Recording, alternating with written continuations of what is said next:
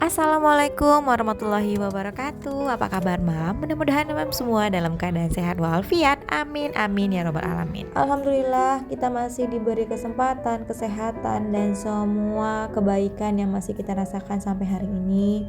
Dan aku masih bisa sharing lagi kegiatan aku bareng Mam dan bunda-bunda. Mudah-mudahan video yang aku bagikan atau mungkin tips, solusi dan segala macam yang aku bagikan bisa bermanfaat untuk Mams dan bunda-bunda semua. Aktivitas aku pagi ini aku cuman masak yang simpel-simpel karena kemarin aku udah siapin frozen food chicken katsu untuk anak-anak dan aku dan Pak suami. Jadi ini tinggal digoreng aja hari ini. Jadi aku tuh masak yang ringan-ringan aja. Terus untuk aku sama Pak Su tinggal dibikin sambal aja. Nah, di video kali ini aku mau sharing-sharing lagi tentang pentingnya menjaga mental health seorang ibu untuk tumbuh kembang anak. Udah tahu kan ya, mental health atau kesehatan mental seorang ibu tuh penting banget dan itu berpengaruh banget untuk perkembangan tumbuh kembang anak. Ibu yang sehat secara mental mampu memberikan pengasuhan yang optimal yang sangat dibutuhkan anak untuk tumbuh dan berkembang. Sebenarnya kesehatan mental ibu itu sering banget ya nggak diperhatikan atau bahkan kurang diperhatikan oleh orang sekitar, bahkan oleh ibu itu sendiri.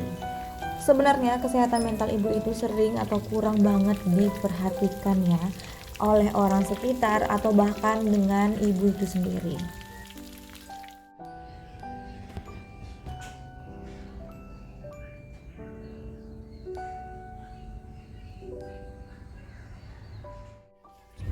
Nggak jauh-jauh, aku sendiri aja kadang yang karena dengan aktivitas yang begitu-begitu aja, rutinitas yang monoton yang nggak ada perubahan, itu mungkin bikin aku yang depresi, stres.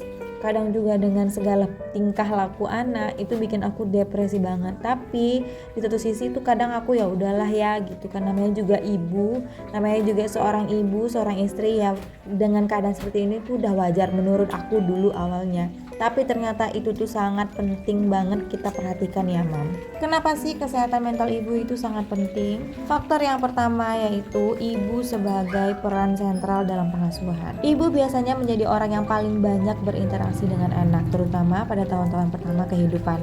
Nah ini ya, aku sendiri ngalamin kayak anak-anakku tuh kan sebelum masih umur 6, di bawah 6 tahun itu adalah golden age.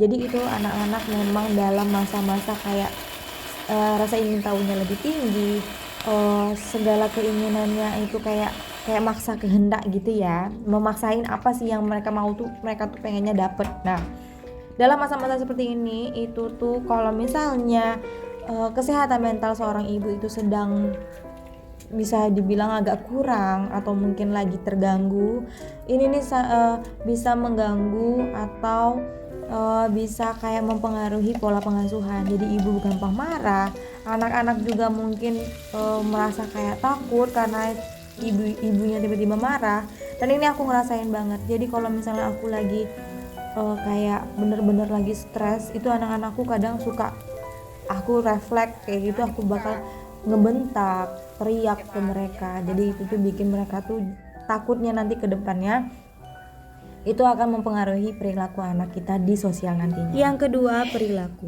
Anak-anak itu cenderung meniru perilaku orang tuanya.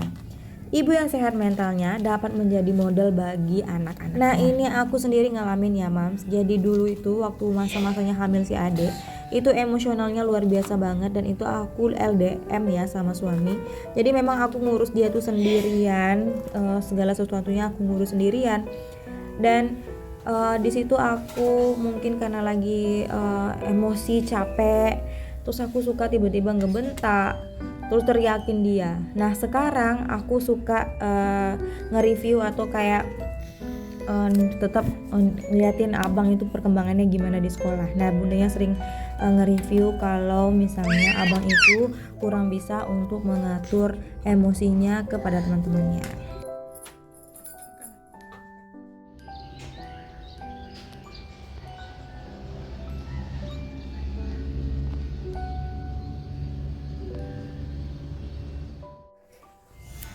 Nah itu dia tadi bentuknya. Kalau misalnya karena aku kurang menjaga emosi aku sama si abang, jadi abang berperilaku seperti itu juga di sosialnya. Jadi itu berpengaruh banget ya mam untuk anak-anak. Ketiga, pengasuhan yang optimal.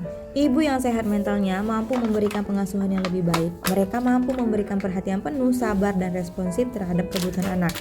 Nah ini juga, jadi ini aku balikin deh ke aku dulu ya, waktu aku masih hamil si adek.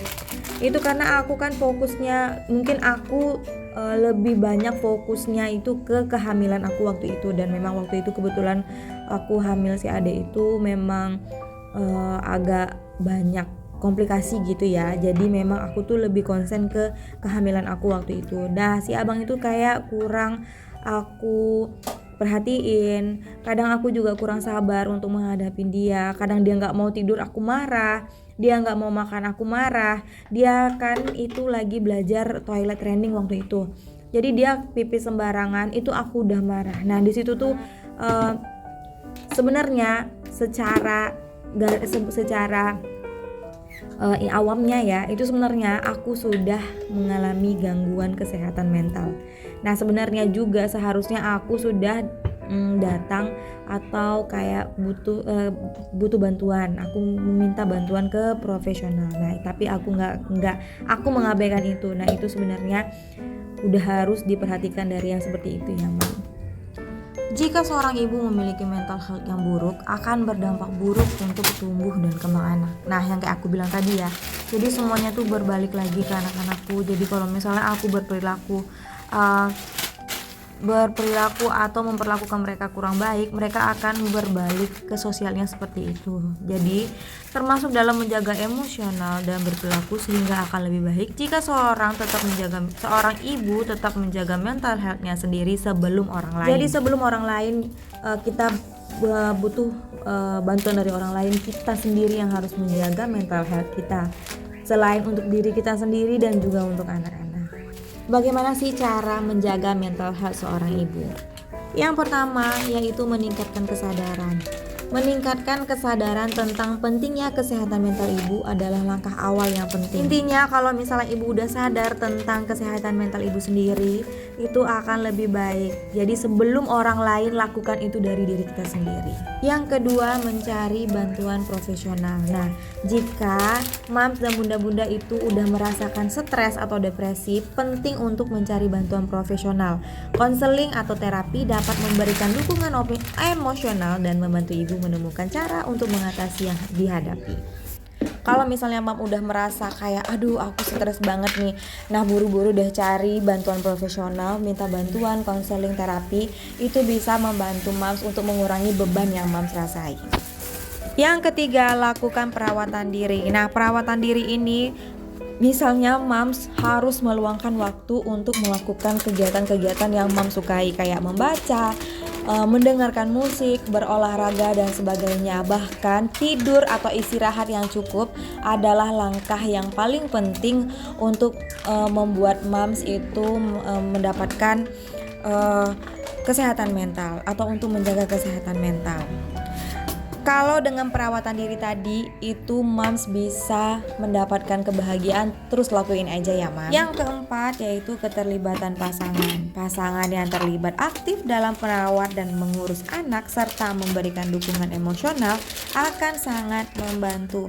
Nah pak, kalau misalnya lagi nonton video aku ini bapak-bapak dan para suami, jadi setidaknya kalau misalnya nggak bisa membantu pekerjaan rumah, setidaknya dukung ibunya ya pak, biar itu bisa meringankan beban yang ibu rasain. Nah itu tadi pentingnya untuk menjaga kesehatan mental seorang ibu. Nah mudah-mudahan ada manfaat ya mam yang bisa diambil di sini. Terima kasih sudah menonton. Assalamualaikum warahmatullahi wabarakatuh.